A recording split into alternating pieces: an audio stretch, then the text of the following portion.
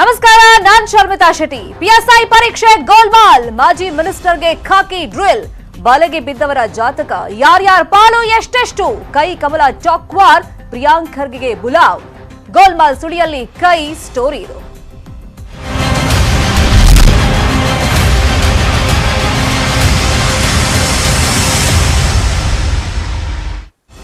ರಾಜ್ಯದಲ್ಲಿ ಕಳೆದ ಕೆಲವು ದಿನಗಳಿಂದ ಭಾರೀ ಸದ್ದು ಮಾಡ್ತಾ ಇದೆ ಪಿಎಸ್ಐ ನೇಮಕಾತಿ ಹಗರಣ. ಪರೀಕ್ಷೆಯಲ್ಲಿ ಅಕ್ರಮ ನಡೆದಿದೆ, ಗೋಲ್ಮಾಲ್ ನಡೆದಿದೆ ಅಂತ ಆರೋಪಗಳು ಬಂತು. ಅದು ದೂರಿನ ರೂಪ ಪಡ್ಕೊಳ್ತು. ಅದಾದ್ಮೇಲೆ ಆಡಿಯೋ ರಿಲೀಸ್ ಆಯ್ತು, ಒಂದಿಷ್ಟು ವಿಡಿಯೋಗಳು ರಿಲೀಸ್ ಆಯ್ತು. ಬೇರೆ ಬೇರೆ ಎಕ್ಸಾಮ್ಗಳಲ್ಲೂ ಈ ತರ ಹಗರಣ ನಡೆದಿದೆ ಅಂತ. ಈಗ ಪಿಎಸ್ಐ ನೇಮಕಾತಿ ಹಗರಣ ಸಂಬಂಧ ಪ್ರಿಯಾಂಕ್ ಖರ್ಗೆಗೆ ನೋಟಿಸ್ ಜಾರಿಯಾಗಿದೆ. ಇವತ್ತು ವಿಚಾರಣೆಗೆ ಬರುವಂತೆ ಸಿಐಡಿಯಿಂದ ನೋಟಿಸ್ ಇಶ್ಯೂ ಆಗಿದೆ. ಪಿಎಸ್ಐ ನೇಮಕಾತಿ ಹಗರಣ ಸಂಬಂಧ ಪ್ರಿಯಾಂಕ್ ಖರ್ಗೆ ರೀಸೆಂಟ್ ಆಗಿ ಒಂದು ಪ್ರೆಸ್ ಮೀಟ್ ಅನ್ನ ಮಾಡಿ ಒಂದು ಆಡಿಯೋ ಕೂಡ ರಿಲೀಸ್ ಮಾಡಿದ್ರು. ಆಡಿಯೋ ಬಗ್ಗೆ ತನಗೆ ಸಂಪೂರ್ಣ ಮಾಹಿತಿ ಇದೆ, ಆದ್ರೆ ಪೊಲೀಸರು ಇದ್ರ ಬಗ್ಗೆ ಇನ್ವೆಸ್ಟಿಗೇಷನ್ ನಡೆಸಲಿ. ಹೆಂಗೂ ಸಿಐಡಿ ಇನ್ವೆಸ್ಟಿಗೇಷನ್ ನಡೀತಾ ಇರೋದ್ರಿಂದ ಅವರೇ ಈ ಆಡಿಯೋದಲ್ಲಿ ಯಾರಿದ್ದಾರೆ, ಈ ಹಗರಣದಲ್ಲಿ ಯಾರಿದ್ದಾರೆ ಅಂತ ಪತ್ತೆ ಹಚ್ಚಿರಿ, ನನಗಂತೂ ಅದ್ರ ಹೆಸರುಗಳು ಗೊತ್ತಿದೆ ಅಂತ ಸ್ಪಷ್ಟವಾಗಿ ಹೇಳಿದ್ರು. ಇವತ್ತು ಬೆಂಗಳೂರಿನ ಸಿಐಡಿ ಕೇಂದ್ರ ಕಚೇರಿಗೆ ನೀವು ಬನ್ನಿ, ಈ ಹಗರಣದಲ್ಲಿ ನಿಮ್ಮ ಹತ್ರ ಏನೆಲ್ಲ ಇನ್ಫಾರ್ಮೇಶನ್ ಇದೆ ಅದನ್ನ ನಮಗೆ ಕೊಡಿ ಅಂತ ಕೇಳೋ ಚಾನ್ಸಸ್ ಇರುತ್ತೆ.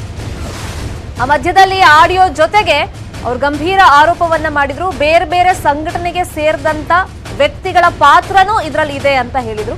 ಸೊ ಎಲ್ಲ ವಿಷಯವಾಗಿ ಅಂದ್ರೆ ಓವರ್ ಆಲ್ ಪ್ರೆಸ್ ಮೀಟ್ ಅಲ್ಲಿ ಅವ್ರು ಏನೆಲ್ಲ ಪ್ರಸ್ತಾಪ ಮಾಡಿದ್ರು ಈ ಹಿಂದೆ, ಎಲ್ಲ ವಿಷಯವಾಗಿ ಮಾಹಿತಿಯನ್ನ ಪಡೆಯೋದಕ್ಕೆ ಸೊ ಇವತ್ತು ಸಿಐಡಿ ಕಚೇರಿಯಿಂದ ಬುಲಾವ್ ಬಂದಿದೆ. ಖರ್ಗೆ ವಿಚಾರಣೆ ನಡೆಸಬೇಕು ಅಂತ ಸಚಿವ ಸುನಿಲ್ ಕುಮಾರ್ ಅವರು ಆಗ್ರಹ ಮಾಡಿದ್ರು. ಶ್ರೀರಾಮ ಸೇನೆ ನಾಯಕರು ಕೂಡ ಖರ್ಗೆ ವಿರುದ್ಧ ಆಕ್ರೋಶವನ್ನ ವ್ಯಕ್ತಪಡಿಸಿದ್ರು. ಪಿಎಸ್ಐ ಅಕ್ರಮದ ಆರೋಪಿಗಳಲ್ಲಿ ಖರ್ಗೆ ಶಿಷ್ಯರೂ ಕೂಡ ಇದ್ದಾರೆ ಅಂತ ಆರೋಪ ಇದೆ. ಅದ್ರ ಬೆನ್ನಲ್ಲೇ ಈಗ ಪ್ರಿಯಾಂಕ್ ಖರ್ಗೆಗೆ ಸಿಐಡಿಯಿಂದ ನೋಟಿಸ್ ಜಾರಿಯಾಗಿದೆ. ಯಾವ್ಯಾವ ದಾಖಲೆಯನ್ನ ಕೊಡ್ತಾರೆ ಅನ್ನೋದು ಈಗಿರುವಂತ ಕುತೂಹಲ. ಯಾಕಂದ್ರೆ ಪ್ರೆಸ್ ಮೀಟ್ ನಲ್ಲಿ ಸಾಕಷ್ಟು ವಿಷಯವನ್ನ ಅವ್ರು ಹೇಳಿದ್ರು, ಹೆಸರುಗಳ ಸಮೇತ ನನಗೆ ಗೊತ್ತಿದೆ ಅಂತಾನೂ ಅವ್ರು ಉಲ್ಲೇಖ ಮಾಡಿದ್ರು. ಈಗ ಖರ್ಗೆ ಕೊಟ್ಟ ದಾಖಲೆ ಆಧಾರದ ಮೇಲೆನೆ ಮುಂದಿನ ಇನ್ವೆಸ್ಟಿಗೇಷನ್ ಆಗುವಂತ ಚಾನ್ಸಸ್ ಇದೆ. ಈಗ ದೊಡ್ಡವರ ಬುಡಕ್ಕೆ ಹಾಗಾದ್ರೆ ಪಿಎಸ್ಐ ನೇಮಕಾತಿ ಅಕ್ರಮ ಕೇಸ್ ತಗಲಾಕೊಳ್ಳುತ್ತಾ, ಬರುತ್ತಾ ಬುಡಕ್ಕೆ? ಸಿಐಡಿ ವಿಚಾರಣೆಗೂ ಮುನ್ನ ಖರ್ಗೆ ಸುದ್ದಿಗೋಷ್ಠಿ ಮಾಡಿ ಅಲ್ಲಿ ಹೋಗುವಂತ ಚಾನ್ಸಸ್ ಇದೆ ವಿಚಾರಣೆ ಫೇಸ್ ಮಾಡಕ್ಕೆ. ಈಗ ರಾಜಕೀಯ ವಲಯದಲ್ಲಿ ಈ ನೋಟಿಸ್ ಇಶ್ಯೂ ಆಗಿದೆ. ಪ್ರಿಯಾಂಕ್ ಖರ್ಗೆಗೆ ವಿಚಾರಣೆಗೆ ಇವತ್ತು ಹಾಜರಾಗಬೇಕು ಅಂತ ಗೊತ್ತಾಗ್ತಾ ಇದ್ದಂತೆ ರಾಜಕೀಯ ವಲಯದಲ್ಲಿ ಸಹಜವಾಗಿ ಒಂದಿಷ್ಟು ಕುತೂಹಲ ಜಾಸ್ತಿ ಆಗ್ತಾ ಇದೆ. ಮತ್ತೆ ಅವರೆಲ್ಲ ಏನ್ ಇನ್ಫಾರ್ಮೇಶನ್ ಕೊಡ್ತಾರ ಅಲ್ಲಿ ಹೋಗಿ ಈ ಗೋಲ್ಮಾಲ್ ವಿಷಯಕ್ಕೆ ಸಂಬಂಧಪಟ್ಟಂತೆ, ಪರೀಕ್ಷೆ ಅಕ್ರಮದ ಹಗರಣಕ್ಕೆ ಸಂಬಂಧಪಟ್ಟಂತೆ ಎಲ್ಲದ್ರ ಬಗ್ಗೆ ಸಿಐಡಿ ಫರ್ದರ್ ಇನ್ವೆಸ್ಟಿಗೇಷನ್ ಮಾಡುವಂತ ಚಾನ್ಸಸ್ ಇರುತ್ತೆ.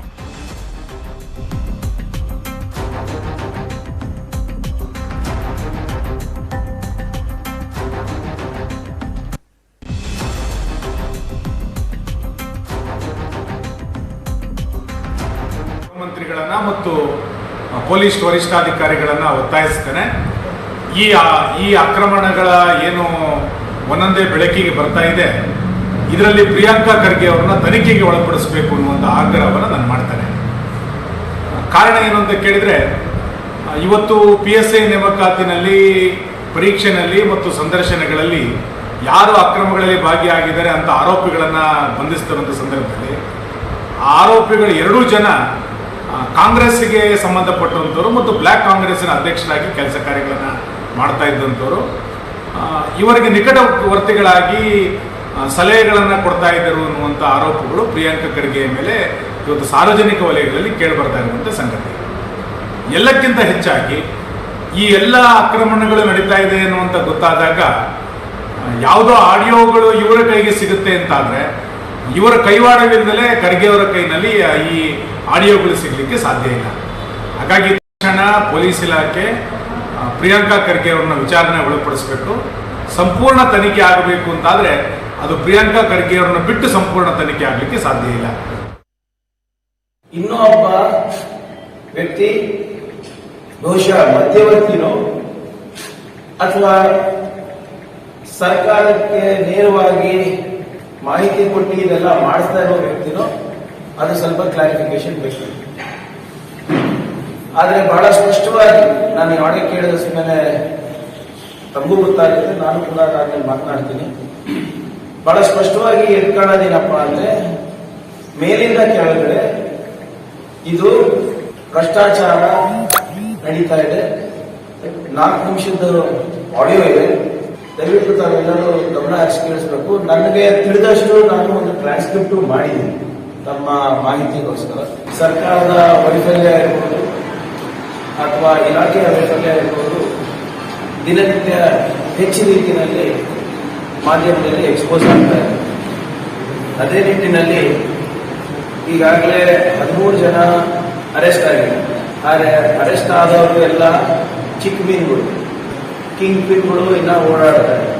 ಯಾರೇ ಪಕ್ಷದವ್ರು ಇರ್ಬೋದು, ನಿರ್ದಾಕ್ಷಿಣ್ಯವಾದಂತಹ ಕ್ರಮ ತಗೋಬೇಕು. ಅಂದ್ರೆ ಈ ದುಡ್ಡು ಮೇಲ್ಮಟ್ಟದ ತನಕ ಹೋಗ್ತಾ ಇದೆ ಅಂತ ಸಾಕಷ್ಟು ಜನ ಹೇಳ್ತಾ ಇದ್ದಾರೆ. ಸರ್ಕಾರ ಮಟ್ಟದಲ್ಲಿ ಇರ್ಬೋದು, ಇಲಾಖೆ ಮಟ್ಟದಲ್ಲಿ ಇರ್ಬೋದು, ಯಾರಿಲ್ಲ ಅಂತ ಬಹಿರಂಗ ಆಗ್ಬೇಕು. ಇನ್ನೂ ಒಬ್ಬ ಇನ್ನು ಖರ್ಗೆ ಅವರು ಎಲ್ಲ ದಾಖಲೆ ಸಿಐಡಿಗೆ ಕೊಡ್ಲಿ, ಆರೋಪಿಗಳ ವಿರುದ್ಧ ಕ್ರಮಕ್ಕೆ ಸರ್ಕಾರ ಬದ್ಧವಾಗಿದೆ ಅಂತ ಮಾಧ್ಯಮ ಪ್ರಕಟಣೆಯಲ್ಲಿ ಗೃಹ ಸಚಿವ ಆರ್ಗ ಜ್ಞಾನೇಂದ್ರ ಸ್ಪಷ್ಟನೆಯನ್ನ ಕೊಟ್ಟಿದ್ದಾರೆ. ಖರ್ಗೆ ಅವರು ಅವರಿಗೇನೆಲ್ಲ ಗೊತ್ತಿದೆ, ಸಿಕ್ಕಿದೆ, ದಾಖಲೆಗಳನ್ನ ಸಿಐಡಿಗೆ ಹಸ್ತಾಂತರ ಮಾಡಲಿ ವಿಚಾರಣೆ ಹೋದಾಗ. ಈಗ ಆರೋಪಿಗಳ ವಿರುದ್ಧ ಏನ್ ಕ್ರಮ ಜರುಗಿಸಬೇಕು ಅದಕ್ಕೆ ಸರ್ಕಾರ ಬದ್ಧವಾಗಿರುತ್ತೆ ಅಂತ ಮಾಧ್ಯಮ ಪ್ರಕಟಣೆಯಲ್ಲಿ ಆರ್ಗ ಜ್ಞಾನೇಂದ್ರ ಸ್ಪಷ್ಟನೆ ಕೊಟ್ಟಿದ್ದಾರೆ. ತನಿಖೆಯು ನಿಷ್ಪಕ್ಷಪಾತವಾಗಿ ನಡೀತಾ ಇದೆ. ಅಕ್ರಮದಲ್ಲಿ ಯಾರೆಲ್ಲ ಪಾಲ್ಗೊಂಡಿದ್ದಾರೆ ಅವರನ್ನ ರಕ್ಷಣೆ ಮಾಡುವಂತ ಯಾವುದೇ ಪ್ರಶ್ನೆನೂ ಇಲ್ಲ ಅಂತ ಅದರಲ್ಲಿ ಮೆನ್ಷನ್ ಮಾಡಿದ್ದಾರೆ ಆರ್ಗ ಜ್ಞಾನೇಂದ್ರ.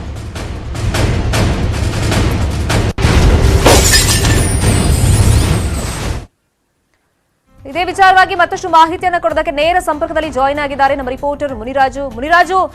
ದಿನ ಕಳೆದಂತೆ ಇನ್ನಷ್ಟು ಜನರ ಪಾತ್ರ ಈ ಹಗರಣದಲ್ಲಿ ಇದೆ ಅಂತ ಗೊತ್ತಾಗ್ತಾ ಇದೆ. ಹಾಗಾಗಿ ಸಿಐಡಿ ತನಿಖೆಯನ್ನ ಚುರುಕುಗೊಳಿಸಿದೆ. ಸರಿ, ಆದ್ರೆ ಪ್ರಿಯಾಂಕ್ ಖರ್ಗೆ ಅವರಿಗೆ ನೋಟಿಸ್ ಇಶ್ಯೂ ಆಗ್ತಾ ಇದ್ದಂತೆ ರಾಜಕೀಯದಲ್ಲೂ ಕೂಡ ಒಂಥರ ಸಂಚಲನ ಉಂಟಾಗ್ತಾ ಇದೆ. ಸೊ ಇವತ್ತು ಎಷ್ಟು ಗಂಟೆಗೆ ಅವ್ರು ಹಾಜರಾಗಬಹುದು ಅಂತ ಇನ್ಫಾರ್ಮೇಶನ್ ಸಿಗ್ತಾ ಇದೆ ವಿಚಾರಣೆಗೆ?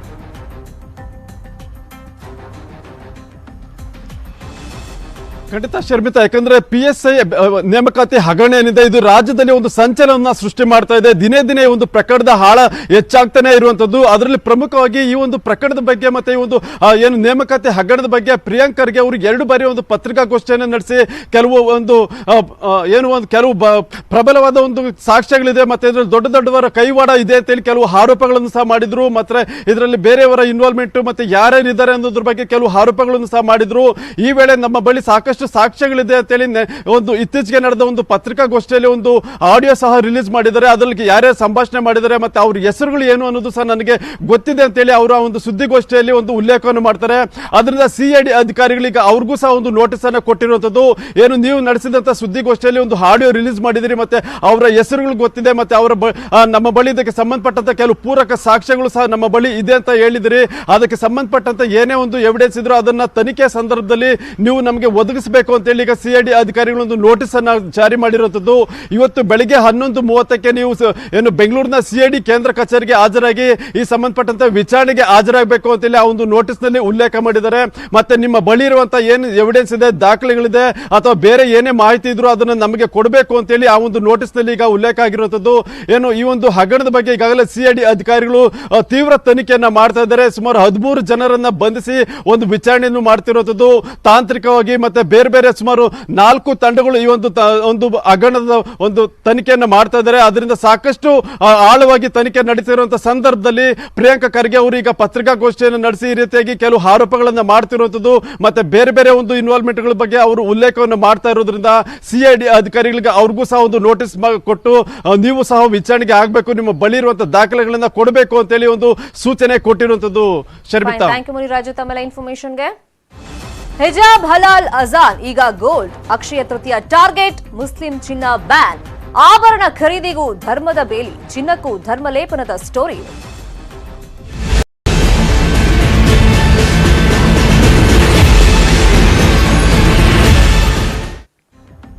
ಹಿಜಾಬ್ನಿಂದ ಆರಂಭ ಆಯಿತು, ಅದಾದ್ಮೇಲೆ ಹಲಾಲ್ ಬಂತು, ಅಜಾನ್. ಈಗ ಚಿನ್ನಾಭರಣ ಟಾರ್ಗೆಟ್ ಆಗ್ತಾ ಇದೆ. ಅಕ್ಷಯ ತೃತೀಯ ಟಾರ್ಗೆಟ್ ಮಾಡಿ ಮುಸ್ಲಿಂ ಅಂಗಡಿಗಳಲ್ಲಿ ಚಿನ್ನಾಭರಣ ಖರೀದಿ ಮಾಡಬಾರದು ಅಂತ ಹೊಸ ಅಭಿಯಾನ ಸ್ಟಾರ್ಟ್ ಆಗಿದೆ. ಶ್ರೀರಾಮ್ ಸೇನೆ ಹೊಸ ಕರೆಯನ್ನ ಕೊಟ್ಟಿದೆ. ಹಿಂದೂಗಳ ಜ್ಯುವೆಲರಿ ಶಾಪ್ನಲ್ಲಿ ಚಿನ್ನ ಖರೀದಿ ಮಾಡಬೇಕು ಅಂತ ಕ್ಯಾಂಪೇನ್ ಆರಂಭ ಆಗಿದೆ. ಎಲ್ಲೆಲ್ಲ ಮುಸ್ಲಿಂ ವ್ಯಾಪಾರಿಗಳನ್ನ ಕಟ್ ಹಾಕೋದಕ್ಕೆ ಸಾಧ್ಯ ಅಂತ ಹೇಳಿ, ಮತ್ತೆ ಈ ಹಬ್ಬ ಹರಿದಿನ ಬಂದಾಗ ಯಾವ ತರ ಟಾರ್ಗೆಟ್ ಮಾಡಬೇಕು ಅಥವಾ ಅಕ್ಷಯ ತೃತೀಯ ಬಂದಾಗ ಯಾವ ತರ ಟಾರ್ಗೆಟ್ ಮಾಡಬೇಕು, ಇಂಥದ್ದೆಲ್ಲ ಅಭಿಯಾನಗಳೀಗ ಆರಂಭ ಆಗಿದೆ. ಹಿಜಾಬ್ನಿಂದ ಸ್ಟಾರ್ಟ್ ಆಗಿದ್ದು ಈಗ ಅಕ್ಷಯ ತೃತೀಯ ಟಾರ್ಗೆಟ್ ಯಾವ ತರ ಅಂದ್ರೆ ಶ್ರೀರಾಮ ಸೇನೆ ಹೊಸ ಕರೆ ಕೊಟ್ಟಿರೋದು, ಹಿಂದೂ ಪರ ಸಂಘಟನೆಗಳು ಕರೆಯನ್ನ ಕೊಟ್ಟಿರೋದು, ಮುಸ್ಲಿಂ ವರ್ತಕರಿಂದ ಚಿನ್ನ ಖರೀದಿಯನ್ನ ಮಾಡಬೇಡಿ ಅಕ್ಷಯ ತೃತೀಯ ದಿನದಂದು. ಹಿಂದೂ ಸಂಘಟನೆಗಳು ಟ್ವಿಟರ್ ಅಭಿಯಾನ ಮಾಡ್ತಾ ಇವೆ, ಅದಕ್ಕೆ ಶ್ರೀರಾಮ ಸೇನೆ ಈಗ ಸಾಥ್ ಅನ್ನ ಕೊಟ್ಟಿದ್ದಾರೆ. ಅಲ್ಲಿಗೆ ಈ ಚಿನ್ನಕ್ಕೂ ಧರ್ಮ ಲೇಪನವನ್ನ ಅಂಟಿಸ್ಬಿಟ್ರು. ಬಟ್ ಈ ವಿಷಯವನ್ನ ಇನ್ನು ಎಲ್ಲಿ ತನಕ ಎಳ್ಕೊಂಡು ಹೋಗ್ತಾರೆ ಗೊತ್ತಿಲ್ಲ. ಆದ್ರೆ ಸಣ್ಣ ಸಣ್ಣ ವಿಷಯದಲ್ಲೂ ಈಗ ಧರ್ಮವನ್ನ ಹುಡುಕಿ ತೆಗಿತಾ ಇದ್ದಾರೆ. ಈ ವಾಟ್ಸಪ್ ಟ್ವಿಟರ್ ಅಲ್ಲಿ ಚೆನ್ನಾಗಿದೆ ಸರ್. ಈಗ ನಾವೇನು ವ್ಯಾಪಾರದ ಹಿನ್ನೆಲೆಯಲ್ಲಿ ಹಲಾಲದ ದೃಷ್ಟಿಯಿಂದ ಪ್ರಾರಂಭ ಮಾಡಿದ್ದು, ಅದು ಇವತ್ತು ಹಿಂದೂ ಸಂಘಟನೆಗಳು ನಮ್ಮ ಕೆಲಸ ಜಾಗೃತಿ ಮೂಡಿಸುವಂಥದ್ದು ಏನಾಗಿದೆ, ಅದು ಯಶಸ್ವಿ ಆಗಿದೆ. ಸೊ ಜನರಿಗೆ ಒಳ್ಳೇದು ಯಾವುದು, ಕೆಟ್ಟದ್ದು ಯಾವುದು, ಯಾವುದು ತಗೊಳ್ಬೇಕು ತಗೊಳ್ಬಾರ್ದು ಅಂತ ಅನ್ನೋದು ಇವತ್ತು ವ್ಯಾಪಕವಾಗಿ ಜನ ಯೋಚನೆ ಮಾಡ್ತಾ ಇದ್ದಾರೆ, ಜಾಗೃತರಾಗಿದ್ದಾರೆ. ಹಾಗಾಗಿ ಅಕ್ಷಯ ತೃತೀಯ ಈ ಸಮಯದಲ್ಲಿ ಸಾಕಷ್ಟು ಕೇರಳದ ಮುಸ್ಲಿಂ ಮೂಲದ ಇವತ್ತು ಜ್ಯುವೆಲರ್ಸ್ ಇದ್ದಾವೆ. ಬಂಗಾರದ ಅಂಗಡಿಗಳು ಇರೋದು ಮೇಜರ್ ಕೇರಳದ ಮುಸ್ಲಿಂ ಅಂಗಡಿಗಳೇ ಇರೋದು. ಸೊ ನಾನು ಹೇಳೋದು, ಅಲ್ಲಿ ಖರೀದಿ ಮಾಡಬೇಡಿ. ಎಲ್ಲಿವರೆಗೆ ಕೇರಳದಲ್ಲಿ 800 ಜನ ಹಿಂದೂಗಳ ಕೊಲೆ ಮಾಡಿದಂಥ ಕೇರಳ ಇದು. ಏನು ಇವತ್ತು ನಾವು ಜ್ಯುವೆಲರ್ಸ್ನಲ್ಲಿ ಖರೀದಿ ಮಾಡ್ತೀವಿ, ಆ ಖರೀದಿಯ ದುಡ್ಡು ಲಾಭ ಎಲ್ಲ ಅಲ್ಲಿಯ ಮುಸ್ಲಿಂ ಸಂಘಟನೆಗಳಿಗೆ ಹೋಗುತ್ತೆ. ಹಿಂದೂಗಳ ಕೊಲೆ ಆಗ್ತಾ ಇದೆ, ಕಾರ್ಯಕರ್ತರ ಕೊಲೆ ಆಗ್ತಾ ಇದೆ, ಹಿಂದೂಗಳ ಮೇಲೆ ದೌರ್ಜನ್ಯ ಆಗ್ತಾ ಇದೆ, ಲವ್ ಜಿಹಾದ್ ಆಗ್ತಾ ಇದೆ. ಸುಮಾರು 12,000 ಹುಡುಗಿಯರನ್ನ ಇವತ್ತು ಮುಸ್ಲಿಂ ಮತಾಂತರ ಮಾಡಿದ್ದಾರೆ. ಸೊ ನಾವು ಇವತ್ತು ಬಂಗಾರವನ್ನ ಇವತ್ತು ಜ್ಯುವೆಲರ್ಸ್ನಲ್ಲಿ ಏನು ಆಭರಣಗಳನ್ನ ಖರೀದಿ ಮಾಡ್ತೀವಿ, ಅದೆಲ್ಲ ದುಡ್ಡವು ಕೂಡ ನಮ್ಮ ತಲೆ ಮೇಲೆ ಚಪ್ಪಡಿ ಎಳ್ಕೊಂಡಂಗೆ ಅಂತ ಅನ್ನುವಂಥದ್ದು ಹೇಳ್ತೀನಿ. ಹಿಂದೂ ಜ್ಯುವೆಲರ್ಸ್ ಯಾರಿದ್ದಾರೆ ಅವ್ರ ಕಡೆ ಖರೀದಿ ಮಾಡಿ ಅಂತ ಅನ್ನುವಂಥದ್ದು ನಾನು ವಿನಂತಿ. ಇನ್ನು ಅಕ್ಷಯ ತೃತೀಯಕ್ಕೆ ಹಿಂದೂಗಳ ಅಂಗಡಿಯಲ್ಲೇ ಚಿನ್ನ ಖರೀದಿಸಿ ಅಂತ ಅಭಿಯಾನ ಏನ್ ಸ್ಟಾರ್ಟ್ ಆಗಿದೆ, ಈ ಬಗ್ಗೆ ಟಿ.ಎ. ಶರವಣ ಮಾತನಾಡಿದ್ದಾರೆ. ಹಿಂದೂ ಮುಸ್ಲಿಂ ಅಂತ ಭೇದ ಭಾವ ಬೇಡ, ನಾವೆಲ್ಲ ಸೇರಿ ಈ ಉದ್ಯಮ ಬೆಳೆಸಿದ್ದೀವಿ ಅಂತ ಹೇಳಿದ್ದಾರೆ. ಶರವಣ ಜೊತೆ ನಮ್ಮ ಪ್ರತಿನಿಧಿ ಗಂಗಾಧರ್ ಮಾತುಕತೆ ನಡೆಸಿದ್ದಾರೆ, ನೋಡೋಣ. ಹಲಾಲ್ ಆಯಿತು, ಜಟ್ಕಾ ಕಟ್ ಆಯಿತು. ಇದೀಗ ಅಕ್ಷಯ ತೃತೀಯಕ್ಕೆ ಹಿಂದೂಗಳ ಅಂಗಡಿಯಲ್ಲೇ ಚಿನ್ನವನ್ನ ಖರೀದಿ ಮಾಡಿ ಎಂಬ ಅಭಿಯಾನವನ್ನ ಶ್ರೀರಾಮ ಸೇನೆ ಹಮ್ಮಿಕೊಂಡಿದೆ. ಈ ಮಧ್ಯೆ ನಮ್ಮ ಜೊತೆಯಲ್ಲಿ ಶ್ರೀ ಸಾಯಿ ಗೋಲ್ಡ್ ಪ್ಯಾಲೇಸ್ನ ಮಾಲೀಕರು ಜೊತೆಗೆ ಅಸೋಸಿಯೇಷನ್ ಅಧ್ಯಕ್ಷರಾಗಿರುವಂತಹ ಶರವಣರಿದ್ದಾರೆ. ಅವರು ಈ ಅಭಿಯಾನದ ಬಗ್ಗೆ ಏನು ಹೇಳ್ತಾರೆ ಮಾತಾಡಿಸ್ತೀನಿ. ಸರ್, ಈಗ ಇದಕ್ಕಿದ್ದಂತೆ ಈ ಅಕ್ಷಯ ತೃತೀಯ ಹತ್ರ ದಿನಗಳು ಬಂದ ಇದ್ದಂತೆ ಈ ರೀತಿಯ ಒಂದು ಅಭಿಯಾನ ಪ್ರಾರಂಭ ಆಗಿದೆ. ಈ ಅಭಿಯಾನದ ಬಗ್ಗೆ ನಿಮ್ಮ ಮೊದಲೇ ಕಳೆದ 1 ತಿಂಗಳಿಂದ ನಾವು ಎಲ್ಲ ರೀತಿಯಲ್ಲಿ ಸಿದ್ಧತೆಗಳನ್ನ ಮಾಡ್ಕೊಂಡಿದ್ದೀವಿ. ಗ್ರಾಹಕರು ಕೂಡ ಅವರವರ ಕನಸಿನ ಆಭರಣಗಳನ್ನು ಬುಕ್ಕಿಂಗ್ ಮಾಡಿಕೊಂಡು ಆವತ್ತು ಡೆಲಿವರಿ ತಗೊಳ್ಳುವಂಥ ಎಲ್ಲ ಸಿದ್ಧತೆಯನ್ನು ಅವರು ಕೂಡ ಮಾಡ್ಕೊಂಡಿದ್ದಾರೆ. ಇಂಥ ಸಂದರ್ಭದಲ್ಲಿ ಎಲ್ಲೋ ಒಂದು ಕಡೆ ನನ್ನ ಅಂಗಡಿಯಲ್ಲಿ ಇಂಥವರೇ ಬರಬೇಕು ಅಂತ ಹೇಳುವಂಥ ಅಧಿಕಾರ ನನ್ನಲ್ಲಿಲ್ಲ. ಅದು ಯಾವುದು ಖರೀದಿ ಮಾಡಬೇಕು, ಎಲ್ಲಿ ಖರೀದಿ ಮಾಡಬೇಕು, ಎಷ್ಟಕ್ಕೂ ಖರೀದಿ ಮಾಡಬೇಕು ಅನ್ನೋದ್ರ ಬಗ್ಗೆ ಅದು ಗ್ರಾಹಕರ ವಿವೇಚನೆಗೆ ಬಿಟ್ಟಿರತಕ್ಕಂಥದ್ದು. ನಾನು ಹಿಂದೂಗಳೇ ಬರಬೇಕು, ಮುಸಲ್ಮಾನರೇ ಬರಬೇಕು ಅನ್ನೋದು ಒಂದು ಅಧಿಕಾರ ನನಗಿಲ್ಲ ಅನ್ನೋದನ್ನ ಈ ಸಂದರ್ಭದಲ್ಲಿ ಹೇಳಲಿಕ್ಕೆ ಬಯಸ್ತಾ ಇದ್ದೀನಿ. ಸರ್, ನೀವು ಹಿಂದೆ ಕೂಡ ಹೇಳ್ತಾ ಇದ್ರಿ, ಈ ಇಂಡಸ್ಟ್ರಿಯಲ್ಲಿ ಕೇವಲ ಒಂದು ಸಮುದಾಯ ಮಾತ್ರ ಅಲ್ಲ, ಎಲ್ಲ ಸಮುದಾಯದವರು ಕೂಡ ಕೆಲಸ ಮಾಡ್ತಾ ಇದ್ದಾರೆ. ಹಾಗಾದ್ರೆ ಎಷ್ಟು ಪ್ರಮಾಣದಲ್ಲಿ ಈ ಇಂಡಸ್ಟ್ರಿಯಲ್ಲಿ ಕೆಲಸ ಮಾಡ್ತಾ ಇದೆ ಸಮುದಾಯದವರು? ಇವತ್ತು ಕೇರಳ ಮುಸಲ್ಮಾನರು ಏನು ಕರ್ನಾಟಕ ರಾಜ್ಯದಲ್ಲಿ 30,000 ಅಂಗಡಿಗಳು ಏನಿದ್ದಾವೆ, ಅದರಲ್ಲಿ 25% ಕೇರಳ ಮುಸಲ್ಮಾನರು ಮಾಲೀಕತ್ವ ಇರತಕ್ಕಂಥ ಅಂಗಡಿಗಳು ಇರತಕ್ಕಂಥದ್ದು. ಅದರಿಂದ ಇವತ್ತು ಆ ಧರ್ಮ ಈ ಧರ್ಮ ಅನ್ನೋ ಪ್ರಶ್ನೆನೇ ಬರಲ್ಲ. ನಾವು ಮುಸಲ್ಮಾನರು ಮತ್ತು ಹಿಂದೂಗಳು ಅಂತೇಳಿ ನಾವು ಡಿವೈಡ್ ಮಾಡಿದ್ರೆ ಇಂಡಸ್ಟ್ರಿಗೆ ಭಾಳಷ್ಟು ಕಷ್ಟ ಆಗುತ್ತೆ. ಅದರಿಂದ ಎಲ್ಲರೂ ಕೂಡ ಒಂದು ತಾಯಿ ಮಕ್ಕಳ ಥರ ಇಂಡಸ್ಟ್ರಿನ ಬೆಳೆಸಿದ್ದೀವಿ. ಇಂಥ ಸಂದರ್ಭದಲ್ಲಿ ಈ ಥರ ಧರ್ಮವನ್ನು ತರೋದು ಎಷ್ಟು ಮಾತ್ರ ಸೂಕ್ತ ಅನ್ನೋದನ್ನು ನಾನು ಕೇಳಲಿಕ್ಕೆ ಬಯಸ್ತಾ ಇದ್ದೀನಿ. ಸರ್, ಬೆಂಗಳೂರಲ್ಲಿ ಹಿಂದೂಗಳು ಮತ್ತು ಮುಸಲ್ಮಾನರದು ಎಷ್ಟು ಮಳಿಗೆಗಳಿದ್ದಾವೆ ಸರ್? ಕನಿಷ್ಠ ಒಂದು 10,000ರಿಂದ 12,000ವರೆಗೂ ಹಿಂದೂ ಮಳಿಗೆಗಳಿರತಕ್ಕಂಥದ್ದು, 2,000ರಿಂದ 3,000ವರೆಗೂ ಮುಸಲ್ಮಾನರ ಮಳಿಗೆಗಳು ಇರತಕ್ಕಂಥದ್ದನ್ನು ನಾನು ಒಂದು ಅಂದಾಜು ಹೇಳಲಿಕ್ಕೆ ಬಯಸ್ತಾ ಇದ್ದೀನಿ. ಸರ್, ಇದು ಹೀಗೆ ಮುಂದುವರೆದ್ರೆ ಮುಂದಿನ ದಿನಗಳಲ್ಲಿ ನೀವು ಯಾವ ರೀತಿ ಏನು ಒಂದು ತೀರ್ಮಾನವನ್ನು ತೆಗೆದುಕೊಳ್ತೀರಿ ಅಕ್ಷಯ ತೃತೀಯ ವಿಚಾರ? ಇದು ಇವತ್ತು ಈ ಒಂದು ಅಭಿಯಾನ ಅಂತ ಹೇಳಿ ಶುರು ಮಾಡಿದ್ದಾರೆ. ನಾನು ಮುಂದಿನ ದಿನಗಳಲ್ಲಿ ನಮ್ಮ ಜ್ಯುವೆಲರಿ ಅಸೋಸಿಯೇಷನ್ನ ಪದಾಧಿಕಾರಿಗಳ ಸಭೆಯನ್ನು ಕರೀತೀನಿ. ಕರೆದುಬಿಟ್ಟು ಇದರ ವಿಚಾರವಾಗಿ ಸಾಧಕ ಬಾಧಕಗಳ ಬಗ್ಗೆ ನಾನು ಚರ್ಚೆ ಮಾಡಿ ಅದನ್ನು ಮುಂದಿನ ದಿನಗಳಲ್ಲಿ ನಾನು ತಿಳಿಸ್ಲಿಕ್ಕೆ ಬಯಸ್ತಾ ಇದ್ದೀನಿ. ಹಾಗಾದರೆ ಶರಣವರ ಬೆಂಬಲ ಯಾರಿಗೆ ಅಂತ, ಅಭಿಯಾನಕ್ಕ ಅಥವಾ ಮುಸಲ್ಮಾನರಿಗ, ಯಾರಿಗೆ ಬೆಂಬಲವನ್ನು ಶರಣವರು ಕೊಡ್ತಾರೆ? ನಾನು, ನನ್ನ ಗ್ರಾಹಕರು, ನನ್ನ ದೇವರು ನನ್ನ ಗ್ರಾಹಕರ ಪರವಾಗಿ, ನನ್ನ ಗ್ರಾಹಕರು ಏನು ಬಯಸ್ತಾರೋ ಅವರ ಪರವಾಗಿ ನಾನು ನಿಂತ್ಕೋತೀನಿ. ಯಾವುದೇ ಕಾರಣಕ್ಕೂ ಧರ್ಮ ಜಾತಿಯನ್ನೇ ಇದ್ರಲ್ಲಿ ತರೋದಕ್ಕೆ ನಾನು ಇಷ್ಟಪಡಲ್ಲ. ಗ್ರಾಹಕರೇ ನನ್ನ ದೇವರು ಅಷ್ಟೇ. ಅಕ್ಷಯ ತೃತೀಯ ಅನ್ನೋದು ಹಿಂದೂಗಳಷ್ಟೇ ಅಲ್ಲ, ಅವರು ಬೇರೆ ಸಮುದಾಯದವರು ಕೂಡ ಆ ದಿನ ಖರೀದಿ ಮಾಡ್ತಾರೆ ಅಂತ ಹೇಗೆ ಸರ್? ಹೌದು, ಅಕ್ಷಯ ತದಿಗೆ ಅನ್ನೋದು ನಮ್ಮ ಜೀವನದಲ್ಲಿ ಇರತಕ್ಕಂಥ ಎಲ್ಲ ಕಷ್ಟಗಳನ್ನು ಪಾರು ಮಾಡಿ ಆವತ್ತು ಎಂಥ ಬಡವನಾಗಲಿ 1 ಗ್ರಾಮ್ ಗುರುಗುಂಜಿ ಚಿನ್ನವನ್ನು ಕೂಡ ಮನೆಗೆ ಬರಮಾಡ್ಕೋಬೇಕು ಅಂತ ಹೇಳಿ ಒಂದು ಐತಿಕ ಇರತಕ್ಕಂಥದ್ದು. ಇದು ಯಾವುದೇ ಕೂಡ ಅಕ್ಷಯ ತದಿಗೆ ಆಚರಣೆ ಎಲ್ಲರಿಗೂ ಒಂದೇ, ಯಾವುದೇ ಥರ ಧರ್ಮ ಜಾತಿಗೆ ಇರತಕ್ಕಂಥದ್ದು ಅಲ್ಲ ಅನ್ನೋದನ್ನು ನಾನು ಹೇಳಲಿಕ್ಕೆ ಬಯಸ್ತಾ ಇದ್ದೀನಿ. ಈ ಒಂದು ಸಮಸ್ಯೆಗಳನ್ನು ಬಗೆಹರಿಸುವ ನಿಟ್ಟಿನಲ್ಲಿ ಕೂಡಲೇ ಒಂದು ಸಭೆಗಳನ್ನು ಮಾಡಿ, ಅಂದ್ರೆ ಯಾವುದೇ ಸಮುದಾಯಗಳ ನಡುವೆ ಯಾವ ಸಮಸ್ಯೆ ಇಲ್ಲದೆ ಇಂಡಸ್ಟ್ರಿ ನೀವು ಬೆಳೆಸೋ ನಿಟ್ಟಿನಲ್ಲಿ ಚರ್ಚೆ ಮಾಡ್ತೀರಿ ಅಂತ? ಖಂಡಿತ ಅದನ್ನ ಸದ್ಯದಲ್ಲೇ ಮಾಡಿ ನಿಮ್ಮ ಮಾಧ್ಯಮಗಳಿಗೆ ಸಂದೇಶ ಕೊಡುವಂತ ಕೆಲಸವನ್ನ ನಾನು ಖಂಡಿತ ಮಾಡೇ ಮಾಡ್ತೀನಿ ಅನ್ನೋದನ್ನ ಸ್ಪಷ್ಟಪಡಿಸ್ತಾ ಇದ್ದೀನಿ. ಇದಿಷ್ಟು ಶರಣವರ ಮಾತು. ಸದ್ಯ ಎಲ್ಲರೂ ಕೂಡ ಒಗ್ಗಟ್ಟಾಗಿರಬೇಕು, ಧರ್ಮ ಜಾತಿಗಳು ಕೂಡ ಒಗ್ಗಟ್ಟಾಗಿದ್ರೇನೆ ನಮ್ಮ ನಾಡು ಚೆನ್ನಾಗಿರೋದು ಅನ್ನೋ ನಿಟ್ಟಿನಲ್ಲಿ ಅಭಿಪ್ರಾಯನ ವ್ಯಕ್ತಪಡಿಸಿರುವಂತದ್ದು. ಕ್ಯಾಮರಾ ಪರ್ಸನ್ ನೂರ್ ಜೊತೆ ಗಂಗಾಧರ್ ಬಾಗ್ಟಾ, ನ್ಯೂಸ್ 18 ಕನ್ನಡ, ಬೆಂಗಳೂರು. ಮತ್ತಷ್ಟು ಸುದ್ದಿ ನೋಡೋಣ ಬ್ರೇಕ್ ಆದ್ಮೇಲೆ. 1, 2, 3 ಬಿಗ್ ಬ್ರೇಕಿಂಗ್. Welcome back. ಲಂಚ ಕೊಡದೇ ಇದ್ರೆ ಬಿಬಿಎಂಪಿಯಲ್ಲಿ ಏನು ನಡೆಯೋದೇ ಇಲ್ವಾ? ಪ್ರತಿ ಕೆಲ್ಸಕ್ಕೂ ಬಿಬಿಎಂಪಿಗೆ ಜನ ಲಂಚವನ್ನ ಕೊಡ್ಲೇಬೇಕಾ? ಹಾಗಾದ್ರೆ ಬಿಬಿಎಂಪಿ ಲಂಚ ಗುಳಿತನದ ಬಗ್ಗೆ ಇಂಚಿಂಚು ಮಾಹಿತಿಯನ್ನ ಬಿಚ್ಚಿಟ್ಟಿದ್ದಾರೆ ಉದ್ಯಮಿ ಮೋಹನ್ ದಾಸ್ ಪೈ ಅವರು. ರೀಸೆಂಟ್ ಆಗಿ ಬೆಂಗಳೂರಿನಲ್ಲಿ ಮೂಲಭೂತ ಸೌಕರ್ಯದ ಬಗ್ಗೆ ಅವರು ಪ್ರಶ್ನೆ ಮಾಡಿದ್ರು, ದನಿ ಎತ್ತಿದ್ರು. ಕೋಟಿ ಕೋಟಿ ತೆರಿಗೆಯನ್ನ ನಾವು ಕಟ್ತೀವಿ, ನಮ್ಮ ದೇಶದಲ್ಲಿ ಬೆಂಗಳೂರು 2ನೇ ಸ್ಥಾನದಲ್ಲಿದೆ ತೆರಿಗೆ ಕಟ್ಟೋ ವಿಷಯದಲ್ಲಿ, ಆದ್ರೆ ಅಭಿವೃದ್ಧಿ ಆಗಿಲ್ಲ ಅಂತ ದನಿ ಎತ್ತಿದ್ರು. ಈ ಬಗ್ಗೆ ನ್ಯೂಸ್ 18 ಕನ್ನಡದಲ್ಲಿ ನಾವು ದೊಡ್ಡ ಮಟ್ಟದಲ್ಲಿ ಅಭಿಯಾನ ಮಾಡಿದ್ವಿ. ಅಭೂತಪೂರ್ವ ರೆಸ್ಪಾನ್ಸ್ ಸಿಕ್ಕಿತ್ತು ನಮ್ಗೆ ಅಭಿಯಾನಕ್ಕೆ. ಈಗ ಬಿಬಿಎಂಪಿಯಲ್ಲಿ ಭ್ರಷ್ಟಾಚಾರ ಹೆಂಗ್ ತಾಂಡವ ಆಡ್ತಾ ಇದೆ? ಜನ ಒಂದ್ ಕೆಲ್ಸ ಆಗ್ಬೇಕು ಅಂದ್ರೆ ಬಿಬಿಎಂಪಿಗೆ ಲಂಚ ಕೊಡದೇ ಇದ್ರೆ ಆಗೋದೇ ಇಲ್ವಂತೆ. ಸೊ ಆ ಬಗ್ಗೆ ಮೋಹನ್ ದಾಸ್ ಪೈ ಅವರು ಆಕ್ರೋಶ ವ್ಯಕ್ತಪಡಿಸಿದ್ದಾರೆ. ನಂಗೂ ಲಂಚ ಕೇಳಿದ್ರು. ಮನೆ ಕಟ್ತಾ ಇದೆ, ಮನೆ ನಮ್ಮ ಯೂನಿವರ್ಸಿಟಿ ಪಕ್ಕದಲ್ಲಿ. ನಾನು ಲಂಚ ಕೊಡಲ್ಲ ಅಂತ ಹೇಳ್ಬಿಟ್ಟು ಎಲ್ಲ ಮಾತಾಡ್ಬಿಟ್ಟು ಎಲ್ಲ ಹೇಳ್ಬಿಟ್ಟೆ ಎಲ್ಲ ಟ್ವೀಟ್ ಮಾಡ್ಬಿಟ್ಟು ನಾನು ಪ್ರೈಮ್ ಮಿನಿಸ್ಟರ್ ಮಾತಾಡ್ಬಿಟ್ಟು ಹೇಳ್ತೀನಿ, ಏನ್ ನೋಡ್ತೀರಾ ಏನ್ ಮಾಡ್ತೀವಿ ಅಂತ. ಆತರ ಲಂಚ ಕೇಳ್ತಾರೆ, ಎಲ್ಲದಕ್ಕೂ ಲಂಚ ಕೇಳ್ತಾರೆ. ಯಾಕಂದ್ರೆ ಅವ್ರು ಕೇಳ್ಬಿಟ್ಟು ಹೇಳಿದ್ರೆ ಯಾಕೆ ಲಂಚ ಕೇಳ್ತೀರಾ ಅಂದ್ರೆ, ನಾನು ದುಡ್ಡು ಕೊಟ್ಬಿಟ್ಟು ಪೊಸಿಷನ್ ಬಂದಿದ್ದೀನಿ ಸರ್, ನಾವು 1 ವರ್ಷ ರಿಕವರ್ ನಾನು ಏನ್ ಸರ್ ಮಾಡಬೇಕು, ನಾನು ಇನ್ವೆಸ್ಟ್ಮೆಂಟ್ ಮಾಡಿದ್ರೆ ರಿಟರ್ನ್ ಬೇಕು, ಆ ಥರ ಮಾತಾಡ್ತಾರೆ. ಅದಕ್ಕೆ ನಾವೆಲ್ಲ ಒಟ್ಟಿಗೆ ಆಗ್ಬಿಟ್ಟು ಶುರು ಮಾಡ್ಬೇಕು. ಅದಕ್ಕೆ ಬೆಂಗಳೂರಲ್ಲಿ ಇನ್ಫ್ರಾಸ್ಟ್ರಕ್ಚರ್ಗೆ ಕೆಲಸ ಮಾಡೋದು ಬಿಬಿಎಂಪಿ ಅಂದ್ರೆ ಸ್ವಾಹಂ, ಎಲ್ಲ ಸ್ವಾಹಂ ಮಾಡ್ತಾರೆ. ಬಿಬಿಎಂಪಿಲಿ ಏನಾದ್ರು ಪ್ಲಾನ್ ಲಂಚ, ನಂಗೂ ಲಂಚ ಕೇಳಿದ್ರು. ಮನೆ ಕಟ್ತಾ ಇದೆ ನಮ್ಮ ಯೂನಿವರ್ಸಿಟಿ ಪಕ್ಕದಲ್ಲಿ. ಇನ್ನು ಬೆಂಗಳೂರು ವಿಭಜನೆಗೆ ಮೋಹನ್ ದಾಸ್ ಪೈ ಸಲಹೆ ಕೊಟ್ಟಿದ್ದಾರೆ. ಫುಲ್ ಟೈಮ್ ಮೇಯರ್ ಇಲ್ಲದೆ ನಗರದ ಅಭಿವೃದ್ಧಿ ಅಸಾಧ್ಯ ಅಂತ ಹೇಳಿದ್ದಾರೆ. ನಗರವನ್ನ 5 ಕಾರ್ಪೊರೇಷನ್ ಆಗಿ ನೀವು ಡಿವೈಡ್ ಮಾಡಬೇಕು ಅಂತ ಸಲಹೆಯನ್ನ ಅವ್ರು ಕೊಟ್ಟಿದ್ದಾರೆ.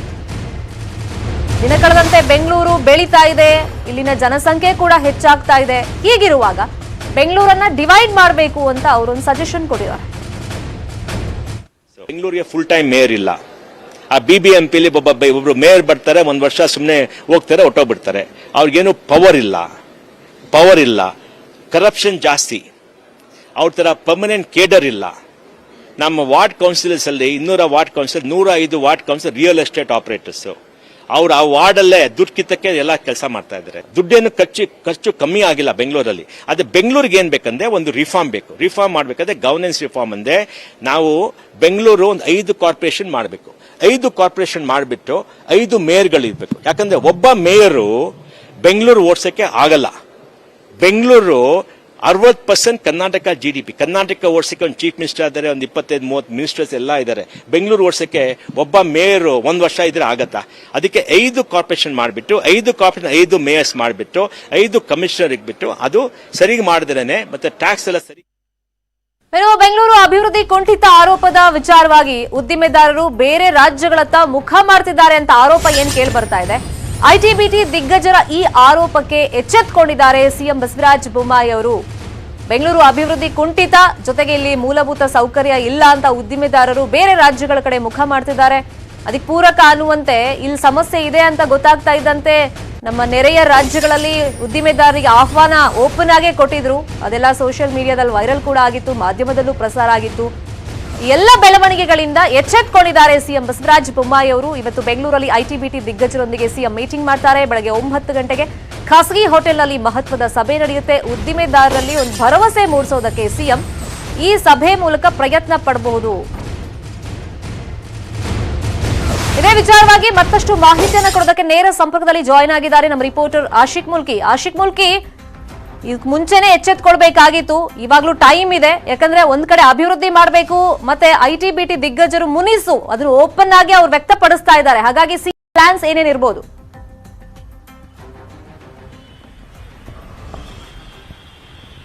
ಹೌದು ಶರ್ಮಿತಾ, ಏನು ಐಟಿ ತಜ್ಞರ ಮತ್ತೆ ಐಟಿ ಕ್ಷೇತ್ರದಲ್ಲಿ ಕೆಲಸ ಮಾಡುವಂತಹ ದಿಗ್ಗಜರ ಒಂದು ಅಸಮಾಧಾನ ಏನಿದೆ ಅದನ್ನ ಶಮನ ಮಾಡುವಂತಹ ಒಂದು ಅನಿವಾರ್ಯತೆ ಸದ್ಯಕ್ಕೆ ಸಿಎಂ ಬೊಮ್ಮಾಯಿ ಅವರಿಗೆ ಇರುವಂತದ್ದು. ಈಗಾಗಲೇ ಇಡೀ ಅಂದ್ರೆ ಆದಾಯದ ಒಂದು ಬಹುಪಾಲು ಅಂದ್ರೆ 1.69 ಲಕ್ಷ ಕೋಟಿಯಷ್ಟು ತೆರಿಗೆಯನ್ನ ಕೇವಲ ಐಟಿ ಕ್ಷೇತ್ರದಿಂದ ಮಾತ್ರ ಕರ್ನಾಟಕ ರಾಜ್ಯ ಕಟ್ತಾ ಇರುವಂತದ್ದು. ಹೀಗಾಗಿ ಅವರನ್ನ ವಿಶ್ವಾಸಕ್ಕೆ ತೆಗೆದುಕೊಂಡು ಮುಂದಕ್ಕೆ ಸರ್ಕಾರವನ್ನ ತೆಗೆದುಕೊಂಡು ಹೋಗುವಂತ ಒಂದು ಜವಾಬ್ದಾರಿ ಮತ್ತೆ ಒಂದು ಇರಾದೆ ಕೂಡ ಸಿಎಂ ಬೊಮ್ಮಾಯಿ ಅವರಿಗೆ ಇದೆ ಅಂತ ಕಾಣಿಸುತ್ತೆ.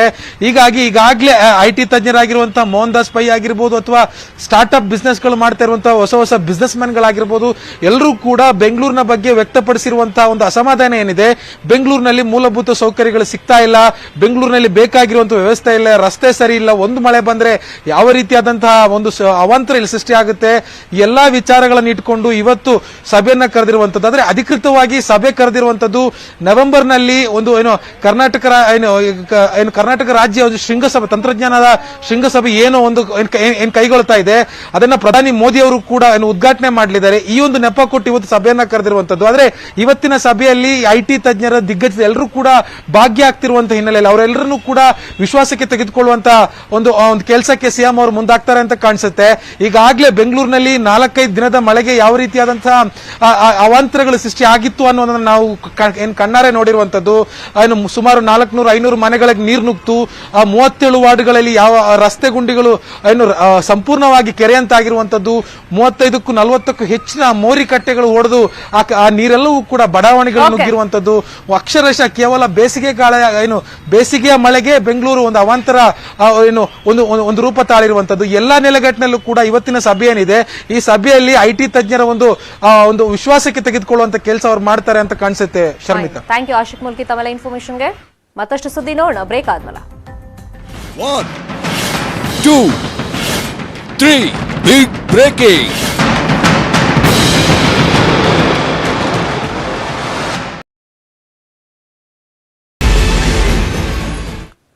Welcome back. ಸರ್ಕಾರದ ವಿರುದ್ಧ 40% ಕಮಿಷನ್ ಆರೋಪ ವಿಷಯವಾಗಿ ಗುತ್ತಿಗೆದಾರರ ಸಂಘದಿಂದ ಇವತ್ತು ಸಿಎಂ ಬಸವರಾಜ ಬೊಮ್ಮಾಯಿ ಭೇಟಿಯಾಗುತ್ತೆ. ಮಧ್ಯಾಹ್ನ 3:00 ಗೃಹ ಕಚೇರಿ ಕೃಷ್ಣಾದಲ್ಲಿ ಸಿಎಂ ಭೇಟಿ ಮಾಡ್ತಾರೆ. ಪರ್ಸೆಂಟೇಜ್ ಆರೋಪದ ಬಗ್ಗೆ ದಾಖಲೆ ಸಮೇತ ದೂರನ್ನ ಕೊಡ್ತಾರಾ ಅನ್ನೋ ಕುತೂಹಲ ಇದೆ. ದಾಖಲೆಗಳನ್ನ ಸಿಎಂಗೆ ನಾವು ಕೊಡ್ತೀವಿ ಅಂತ ಈ ಹಿಂದೆ ಗುತ್ತಿಗೆದಾರರ ಸಂಘ ಹೇಳಿತ್ತು. ಗುತ್ತಿಗೆದಾರರ ಸಂಘದ ಅಧ್ಯಕ್ಷ ಕೆಂಪಣ್ಣ ಅವರು ಸುದೀರ್ಘವಾಗಿ ಪ್ರೆಸ್ ಮೀಟ್ ನಲ್ಲಿ ಸಾಕಷ್ಟು ವಿಷಯಗಳನ್ನ ಪ್ರಸ್ತಾಪ ಮಾಡಿದ್ರು. ಒಂದು 15 ದಿವಸ ನಮಗೆ ಟೈಮ್ ಕೊಡಿ, ನಾವೇ ದಾಖಲೆ ಸಮೇತ ಬರ್ತೀವಿ, ದೂರು ಕೊಡ್ತೀವಿ ಅಂತೆಲ್ಲ ಅವ್ರು ಹೇಳಿದ್ರು. ಹಾಗಾಗಿ ಕೆಂಪಣ್ಣ ಅವರ ನೇತೃತ್ವದಲ್ಲೇ ಇವತ್ತು ಸಿಎಂ ಮೀಟ್ ಮಾಡ್ತಿರೋದು. 3:00 ಈ ಮೀಟಿಂಗ್ ಆಗಬಹುದು, ಸಭೆ ಆಗಬಹುದು ಅಂತ ನಿರೀಕ್ಷೆಗಳಿದೆ. ಪರ್ಸೆಂಟೇಜ್ ಆರೋಪದ ಬಗ್ಗೆ ಈಗ ದಾಖಲೆಯನ್ನ ಕೊಡ್ತಾರಾ ಅನ್ನೋದು ಕುತೂಹಲ. ಆ ದಾಖಲೆ ಕೊಟ್ರೆ ಈಗ ಸಿಎಂ ಯಾವ ತರ ಕ್ರಮ ಅದ್ರ ಮೇಲೆ ಕೈಗೊಳ್ತಾರೆ ಅನ್ನುವಂಥದ್ದು ಕೂಡ ಕುತೂಹಲ ಇದೆ. ಯಾಕಂದ್ರೆ ಸಂತೋಷ್ ಪಾಟೀಲ್ ಆತ್ಮಹತ್ಯೆ ಬಳಿಕ ಅವರು ಡೆತ್ ನೋಟ್ ನಲ್ಲಿ ಮೆನ್ಷನ್ ಮಾಡಿದ್ದಂತೆ 40% ಕಮಿಷನ್, ಮತ್ತೆ ಅವ್ರು ಬದುಕಿದ್ದಾಗ ಮಾಧ್ಯಮದ ಮುಂದೆನೂ ಕೂಡ ಪದೇ ಅದನ್ನ ಹೇಳಿದ್ರು. ನನ್ನ ಹತ್ರ ವರ್ಕ್ ಆರ್ಡರ್ ಇರಲಿಲ್ಲ, ನಾನು ಕಾಮಗಾರಿ ಮಾಡ್ಬಿಟ್ಟಿದ್ದೀನಿ, ಈಗ ಹಣ ರಿಲೀಸ್ ಮಾಡಿಸಿ ಅಂತಂದ್ರೆ 40% ಕಮಿಷನ್ ಕೇಳ್ತಿದ್ದಾರೆ ಅಂತ ನೇರವಾಗಿ ಆಗಿದ್ದಂತ ಸಚಿವ ಈಶ್ವರಪ್ಪ ಮೇಲೆ ಆರೋಪ ಮಾಡಿದ್ರು. ಅದು ದೊಡ್ಡದಾಗಿ ಸದ್ದು ಮಾಡಿತ್ತು. ಅದರ ಬೆನ್ನಲ್ಲೇ ಇವತ್ತು ಗುತ್ತಿಗೆದಾರರ ಸಂಘ ದಾಖಲೆ ಕೊಡುತ್ತಾ ನೋಡ್ಬೇಕು. ಇವಿಷ್ಟು ನ್ಯೂಸ್ ಅಪ್ಡೇಟ್ಸ್. ನೋಡ್ತಾರೆ ನ್ಯೂಸ್ 18 ಕನ್ನಡ. ಜಾಲ ನಮ್ಮದು, ಬಲ ನಿಮ್ಮದು. ಈ ವಾರ್ತೆಯ ಮುಖ್ಯಾಂಶಗಳ ಪ್ರಾಯೋಜಕರು ಪೇಡ್ ಸಫಾ ಮೊದಲ ದಿನದಿಂದಲೇ ಪರಿಣಾಮಕಾರಿ, ಮತ್ತೆ ಇದರ ರೂಢಿನೂ ಆಗಲ್ಲ. ಪೇಡ್